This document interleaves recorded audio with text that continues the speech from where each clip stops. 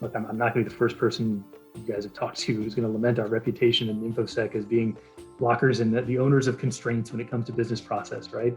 Our job is viewed as saying no and creating complication. We're all aware of this stigma. I joke about it, and I think we get in our InfoSec conferences and our roundtables, and we laugh about it and say, oh, these guys don't get it, and they don't understand what we do. But we need to embrace that and understand that that's on us to fix. Welcome to the Reimagining Cyber podcast, where we share short and to the point perspectives on the cyber landscape. It's all about engaging yet casual conversations on what organizations are doing to reimagine their cyber programs while ensuring their business objectives are top priority. With my co-host, Stan Wisseman, Head of Security Strategist, I'm Rob Borrego, Chief Security Strategist, and this is Reimagining Cyber.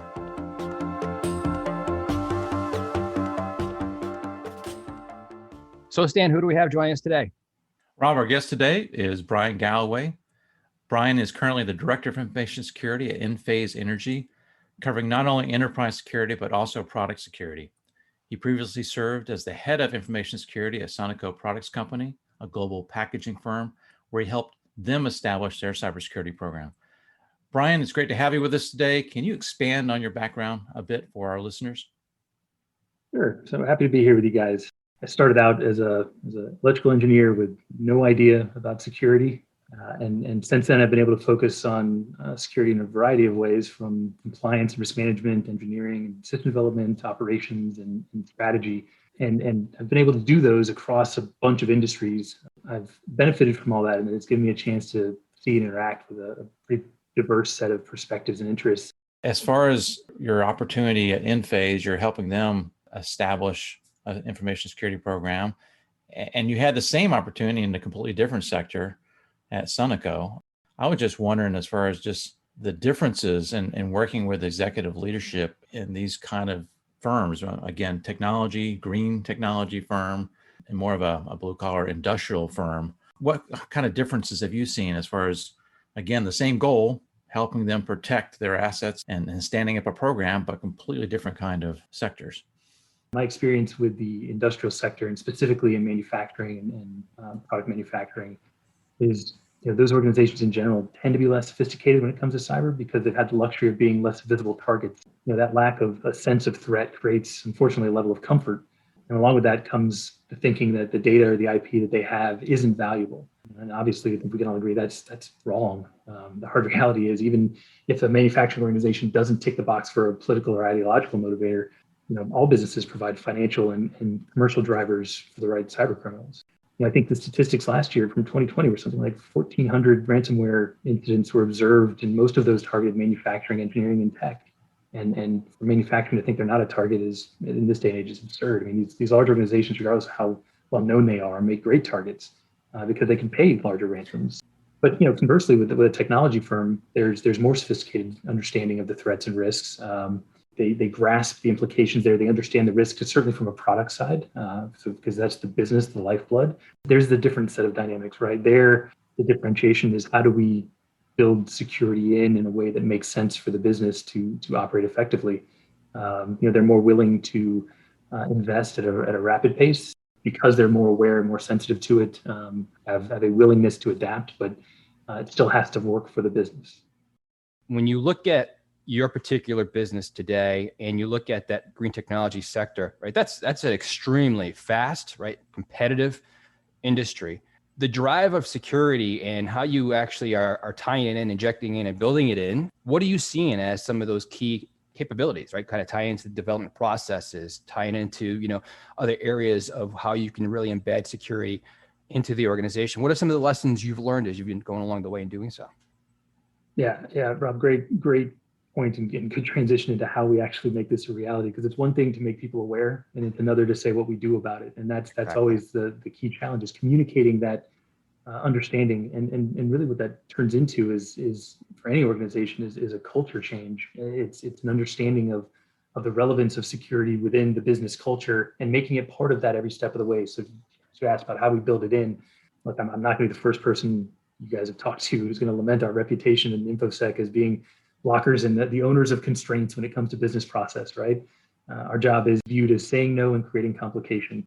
We're all aware of this stigma. We get in our our InfoSec conferences and our roundtables, and we laugh about it and say, oh, these guys don't get it and they don't understand what we do. But we need to embrace that and understand that that's on us to fix. We've got to be the ones who come to the table with a way that makes this make sense. I can talk to them blue in the face about how DevSecOps is going to make our business more secure. And my dev teams are going to look at me with blank stares as I talk to them about static and dynamic analysis being required, and they can't go live without security sign off. And they're going to say, yeah, we get it, thanks, but this is tied to business objectives and we've got these goals and we're going to hit it whether you like it or not. And the organization has to, in order to be successful and grow, has to meet certain market needs. So that all ties back to me. I'm no longer in a position as a security leader to be able to say that my goals and objectives and my timelines don't get tied to business outcomes. They absolutely do. This is where we've reevaluated how we accomplish what we can do. What I've been preaching to my organizations as I've been there is, there's no rules stating that my team has to be one to perform and triage these tests and findings. There's nothing that says that I have to be ultimately responsible for implementing all of this security. My job is to establish what has to be done and make sure that it happens. So I provide governance oversight and frankly, some internal consultative services, but I can allow self-service for my dev teams, which allows them to operate at their own cadence. I can allow self-service and integrate my testing into quality testing and validation because now it's a feature of the product. So if I do a good job, and we always talk about moving left in our security processes, whether it's MITRE ATT&CK or kill chains, we talk about moving left and being more secure, but that works on business process too. The sooner we move left and start integrating the requirements, as soon as we move left, start integrating the architectures and good security practices, whether it's secure coding practices or like we talked about the SaaS and DaaS components that allow our business operators to run these things on their own as part of their own thing. And then my organization's job is to make sure that when we get to those gates, when we get to those promotion gateways and production gateways, and we look to push product out, that they can look to us and say, did all of these things happen the way they should? And do we have confidence in the product that it's going to operate the way it should? And can we provide trust out to our partners and consumers that it's going to operate the way we expect? If I can't answer yes, then we shouldn't go live. And that's really where I create value for the business is by letting the business run itself, integrating security, and then validating that things have happened appropriately. So Bryan, you have some unique challenges though in this space too. I mean, you guys provide a microinverter, right, for your solar panels that connects back to a networking hub. And one of the challenges that you have is it's complicated is just the longevity of these deployed systems, right? It's not as if you're dealing with just an application that's out there and it has a release cycle, and you have to deal with a deployment that may be there for 25 plus years and changing ownership of that particular dwelling, that house that has the solar panels and ultimately your products integrated into it. In that context of understanding the requirements and how to secure these deployments effectively, what are some of the areas of focus that you are working on? We do have some interesting dynamics, and we do have an IoT fleet. These systems, as you said, are designed to live for a long time, and they may experience some unusual events, being offline or unconnected for extended periods of their life cycle. Which is a little bit unusual for an IoT type device. The point of an IoT device is to be a connected device. These are designed to run connected for, as you said, decades at a time. So throughout that life cycle, we have requirements where we may need to upgrade software or communicate or capture telemetry, support other interactions like break fix or other in-place upgrade type things. So we do have these requirements for how we specifically manage and integrate security into the operational life cycle of our product set. And we've got millions of devices deployed globally in various levels of connectivity, and that's tied to both the internet and to the grid where these things live. So these are grid-tied devices. That context, I think, we couple that with the need to provide digital services connecting these systems and as you said, the homeowners and the site to someone who can manage it, and whether that's an installer or the customer, the homeowner themselves, to monitor how much production they've got or any issues they're having. What we've really identified is that identity management, very much like our legacy enterprise and IT systems, identity management is key to ensuring long-term security and long-term resiliency and sustainability of this fleet. Then we have the other constraints that we deal with, which are equally interesting. We have technical aspects of these IoT systems that come into play. And now we have to account for technical limitations, around memory or processing power and communication bandwidth. Those are really interesting areas. And you think about the green energy organizations in general, right? They're still in the infancy. So when you look at that and you start thinking about different standards, right, coming out, Do you see, are you guys active in anything that's kind of tying in to get together some of the things you were just discussing, right? The cybersecurity aspects, interconnecting with the identities, and then some of that tie back in, especially with all the different IoT devices that are intertwined as part of the capabilities and services that you're delivering back out? It's an emerging space. We're still maturing, we're still evolving as an industry. And that's a nice way of saying that means there's not a lot of standards in place. There's regulation, but it's not really focused on the security aspects necessarily, because those are hard and those create constraints. Those create issues for scalability. And if you want to achieve renewable energy, a saturation level that helps whatever the agenda might be, saying that you have to slow that down in order to account for these types of very complex solutions runs counter to that. There needs to be a balance between the regulation that comes in and how we're going forward to market. So, what we can say is you're not going to see clear guidance on things like identity and assurance standards. We looked at enterprise and IT security, and we have things like 853 from NIST. We've got ISO 27001 and COBIT that talk about programs and processes and technical controls. And there's some good reference and tailorable frameworks that we can pull in, and some good examples of things we can tailor down. But what we really need is a standard that helps scale for this industry, that provides for things like interoperability. So we do have groups like the SunSpec Alliance, which publishes interoperability specifications and information models for software developers and hardware manufacturers. And these specs are designed to provide for that interoperability for the distributed energy resources and smart grid applications. The interesting bottom line to a lot of this is that the sophistication and the nature of the technology underpinning my industry, it all reduces to those same fundamentals. As we've heard even in our short talk here, there's some very basic concepts that tie through all of these things. And technology is, I don't want to be reductive, but there is a simple way to look at cyber hygiene and the fundamentals of what we do. When we have vulnerabilities we identify, we have to patch. It means we have to have an open line of communication to a device in order to send an update that closes a security vulnerability. As much as we can customize and tailor our own software, and we can tailor our own, remove some of our third-party dependencies, we're always going to have the need to do some of these basic fundamental security things. So that hygiene is super critical, and it just has to scale.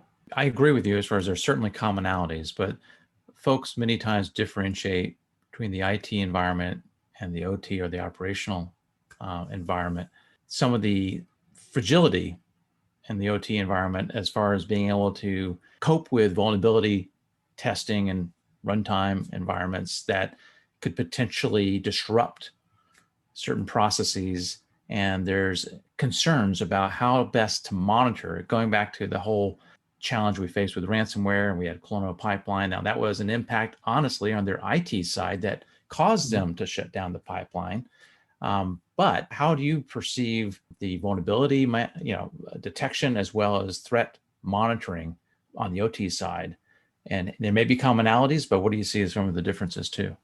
There's a time when there was the simplicity of OT and IoT devices helped us secure them. But what we've seen is, as we became more dynamic with what these deployed devices can do, integrating things like PLCs with making real-time decisions for digital or mechanical devices, we started putting robotics in place. Our approach had to change for the risk profile, which means we had to understand the changing in the threats, right? Once I allow an OT or an IoT device to make decisions, then it has the ability to do things, which means it's an active player now. It's not just a passive collector, sensor, and distributor. We've just become more sophisticated in how to assess vulnerabilities in the context of the operating environment these things live in. Specific to your question, we have to understand the risks associated with our products and how they interact with critical infrastructures like the energy grid. Our threat monitoring and detection processes don't change significantly from the IT methodology. Our thresholds are much tighter. For our deviations and anomalies, there's less noise and an expectation of noise for things like we see in network monitoring, where you get heuristic detection and you're looking for thresholds of certain things. So if I have one device that normally connects to one other device and it suddenly connects to a third device, that's unusual and I may flag it. But if it's not doing active total environment scanning, I may not raise that up as a significant issue. On these devices, any deviation from the proposed purpose becomes a significant event that we want to evaluate. When you look at the energy kind of sector side of things, right, there's a lot of different third-party aspects of things back into the grid, the different providers that you can kind of, feed information or feed energy back into, but the interconnections and potential concerns that brings. Then it's back in through the consumer's house back that could hop into your environment as well, right? So it's coming from all different angles for you guys. What are some of the things that you guys are looking at specifically to that type of concern, that type of risk from a supply chain perspective? The nature of our deployed systems makes them an interesting target, a compelling target for compromise, because we do touch local networks and we do touch the grid. So like you said, there's various actors that would have different motivations to take a look at what we have. Now, frankly, the scale required to impact critical infrastructure at this point would be significant. We, being the solar and PV industry, do not have a saturation level that would, at a mass compromise of these systems with persistent control, allow for much fluctuation in the energy grid at this point. So we could cause some blips and issues localized, but nothing significant. But the threat's real. And as we continue to grow, that's going to increase. So it's one of those problems where we either deal with it now or we deal with a worse one later, where we've got additional debt we have to deal with from the technical implementation side. We've got emerging and changing technologies are coming into play. So this is definitely something from a supply chain perspective and the niche that we fill that we're taking very seriously. We play the same role as many other IoT vendors. Now, the difference is your Alexa or your Google Home device isn't going to connect back into your power grid. Could it cause power or your thermostat to cause for a significant catastrophic event, a kinetic event? Maybe, but probably not. We've got an interesting niche that we have to fill, and that is where, to your point, we create this up the supply chain obligation that we have as a partner, as a provider of this service, to create secure solutions and provide transparency and education to our consumers and partners about our security practices. It gives people a sense of awareness for how we expect the product to run and what they can expect from us. And I think that level takes us away from being just a third-party supply chain partner or a vendor, and really moves us into true partnership with these consumers and with these other actors. And I think, Bryan, it's great to see that your organization is invested in security, right? For bringing you on to say we believe in it, we know we need it. And to your point, right, it's the opportunity that you have to not say, well, we'll think about this later and have all this additional technical and security debt that comes along for the ride, right? Now, you guys are doing a great job from what you just shared on being able to plug it in early, being engaged, and making it more seamless to deliver the trust that you guys need, obviously, and working, and ultimately safety as well, of course, as part of the equation. So really great perspectives on different, aspects of what's happening in your background, and also very real with the energy sector and green energy specifically. So we appreciate the time. Well, thanks very much. It's been a pleasure to talk to you guys. It's a lot of fun. Hey, thanks, Bryan. Thank you, Bryan. Thanks for listening to the Reimagining Cyber podcast. We hope you enjoyed this episode. If you would like to have us cover a specific topic of interest, feel free to reach out to us, and you can find out how in the show notes. And don't forget to subscribe. This podcast was brought to you by CyberRes, a micro-focused line of business, where our mission is to deliver cyber resilience by engaging people, process, and technology to protect, detect, and evolve.